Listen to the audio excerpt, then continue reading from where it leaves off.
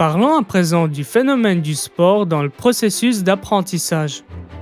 Pourquoi le sport va aider dans la réussite scolaire et dans le développement personnel? Nous savons déjà que le sport est essentiel pour avoir des os solides, des muscles forts et un cœur en bonne santé. D'autre part, l'activité physique apporte des avantages tels que des idées plus claires, une meilleure mémoire, une meilleure concentration et un ralentissement de la dégénération de la masse cérébrale. Il faut savoir que tous les bénéfices du sport liés spécifiquement au cerveau se rapportent à un seul phénomène, l'oxygénation. Lors d'un exercice physique, la circulation du sang est stimulée pour amener rapidement plus d'oxygène aux muscles. Le cerveau prend avantage à cette augmentation du débit sanguin et reçoit alors plus d'oxygène, plus de nutriments et plus d'hormones. Donc, il ne peut qu'en profiter. Un des premiers bénéfices qu'on peut observer est l'esprit plus tranquille et éclairci. Des chercheurs ont démontré que les exercices rythmiques augmentent l'activité des ondes alpha dans le cerveau. Les ondes alpha sont directement associées à un état de calme et donc on se sent plus relax. Ces ondes sont aussi présentes durant des activités comme le yoga et la méditation. Voilà la raison pourquoi on dit que l'activité physique est un remède naturel contre l'anxiété et aussi efficace que les drogues que l'on peut acheter à la pharmacie. Un autre effet immédiat du sport est l'augmentation de certains neurotransmetteurs dans le cerveau, notamment la sérotonine, la dopamine et l'endorphine. Les neurotransmetteurs sont responsables de transmettre les messages nerveux. Ils ont une grande influence sur comment nous percevons le monde qui nous entoure et comment nous nous sentions. Les 3 neurotransmetteurs sont créés davantage lorsque l'on pratique régulièrement du sport.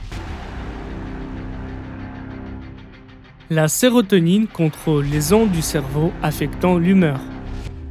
Le taux de sérotonine chez les personnes déprimées est généralement très bas. Plusieurs médecins poussent leurs patients en dépression à faire du sport en plus de leurs médicaments antidépresseurs pour monter leur humeur. Même si l'idée d'aller faire du jogging de 30 minutes vous fait peur, je vous assure qu'après avoir terminé, vous sentirez de meilleures humeurs. La dopamine contrôle plutôt notre comportement. Elle est principalement responsable de l'attention, de la mémoire et de la motricité. Les effets de la dopamine sont les raisons principales pourquoi nous associons souvent le sport à la réussite scolaire. Elle améliore l'attention des enfants en classe et stimule la mémoire pour mieux retenir l'information qu'ils apprennent. Alors ils deviennent plus performants sur le plan académique.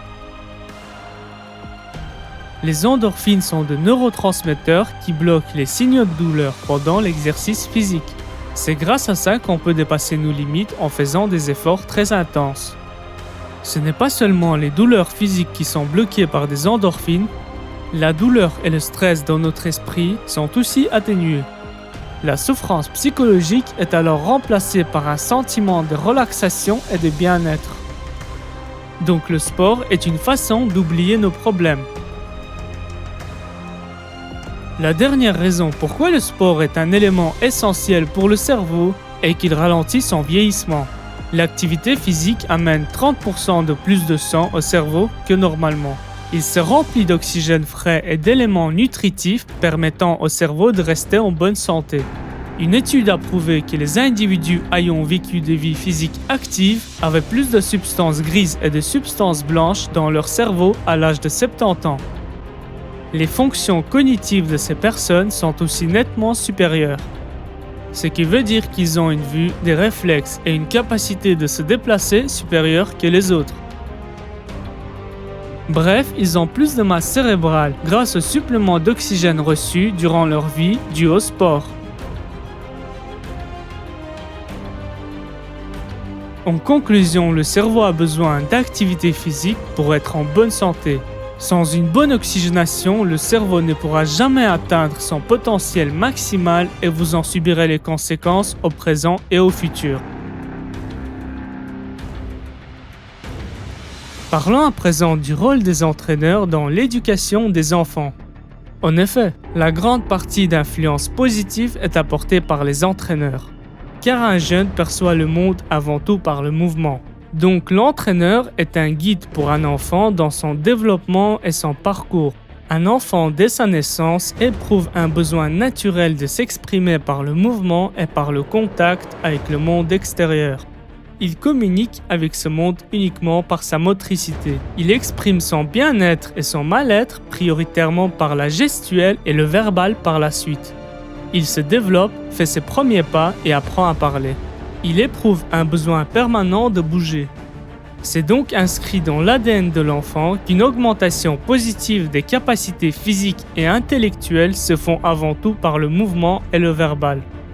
Dans le cas contraire, nous pouvons constater un ralentissement dans le développement, voire sa dégradation. Par conclusion, l'entraîneur est l'instructeur qualifié qui va comprendre l'enfant au niveau de ses besoins primaires. Il va pouvoir transmettre à l'enfant l'éducation à travers sa motricité. Donc, il faut prendre en considération les entraîneurs comme des acteurs principaux dans le développement des enfants. Actuellement, le sport est entre les mains des volontariats. À ce niveau, l'organisation ne peut se faire sérieusement. Imaginons seulement que la santé publique ou l'enseignement soient entre les mains des volontariats. C'est pour cela qu'il faut un réel engagement de l'État, car c'est un secteur déterminant pour la société et l'émancipation. L'État bénéficiera davantage grâce à une plus-value de la jeunesse à venir. En introduisant les entraîneurs comme un élément essentiel de l'émancipation et du progrès de nos jeunes, l'effet papillon sera inversé et positif.